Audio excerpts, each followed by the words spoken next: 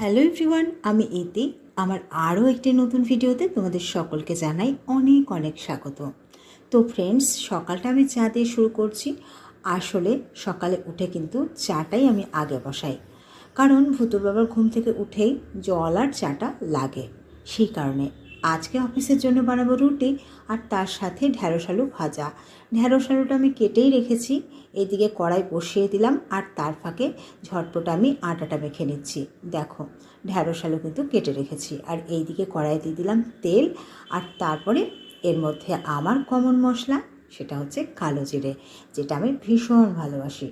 তার মধ্যে দিয়ে দিলাম কেটে রাখা ঢ্যাঁড়স আলু, সঙ্গে কিন্তু কাঁচা লঙ্কাও রয়েছে। এবার একটু নুন আর হলুদ দিয়ে ভালো করে নেড়ে চেড়ে ঢাকা চাপা দিয়ে দেবো। তারপরে এটা আস্তে আস্তে সেদ্ধ হতে হতে আমি এদিকে আটাটা মেখে নিচ্ছি, কারণ সময় হাতে খুবই কম। দেখো, ঢ্যাঁড়স আলুটা ভাজাও হয়ে গিয়েছে।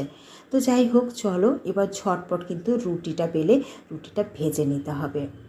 আসলে ঘর যতই নিজেদের হোক না কেন, সেখানে যদি মানুষ সেটেল হয়ে না যেতে পারে, তাহলে সেই ঘর কিন্তু পরপরই লাগে। তেমন আমাদের কাছেও আমাদের এই ফ্ল্যাটটা পরপরই মনে হয় যখন যখন আসি। আসলে যখন যখন আমি এখানে কাজ করি, রান্নাবান্নাগুলো করি, তখন হাতের কাছে সব কিছু পাই না, যেহেতু আমরা এখানে সবসময় থাকি না, আর সব কিছু রাখাও থাকে না। খুবই সমস্যায় পড়তে হয়। তো চলো, কাজবাজ আমার সবই হয়ে গিয়েছে। এখন আমি একটু ঝটপট রেডি হয়ে, দেখো, ভূতুর বাবার সঙ্গে কিন্তু বেরিয়ে পড়েছি। আসলে আজকে আমাদের ফ্ল্যাটে আমাদের লাস্ট ডে। আজকের দিন আমরা থাকবো, আর কালকে কিন্তু আমরা সকাল সকাল বেরিয়ে পড়বো আমাদের ভাড়া বাড়ির উদ্দেশ্যে। ভূতুর স্কুল খুলে যাচ্ছে, সে কারণে আমাদেরকে আবারও ভাড়া বাড়িতে চলে যেতে হবে। তো দেখো, ভূতুর বাবার কিন্তু ভীষণই তাড়া ছিল, সেই কারণে ও কিন্তু ঝটপট হেঁটে চলে গেল।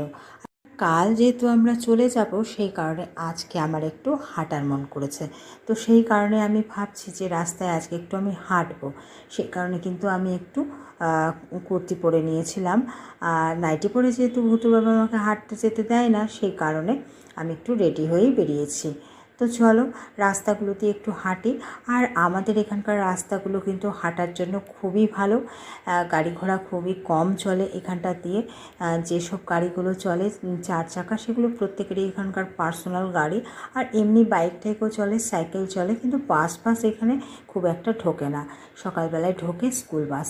তো যাই হোক, রাস্তাগুলো খুবই ফাঁকা পাওয়া যায়, হাঁটার জন্য ভীষণই ভালো। আর আমি সকালবেলাটাতে এই রাস্তাগুলো দিয়ে হাঁটতে ভীষণ ভালোবাসি। কিন্তু আমাকে নিয়ে আবার ভূতুর বাবার ভীষণ চিন্তা, আমি একা একা হাঁটবো, কে আমাকে কী বলবে, কেউ কিছু বলবে কি না। আসলে ও সবাইকে বিশ্বাস করতে পারে না। তো আমি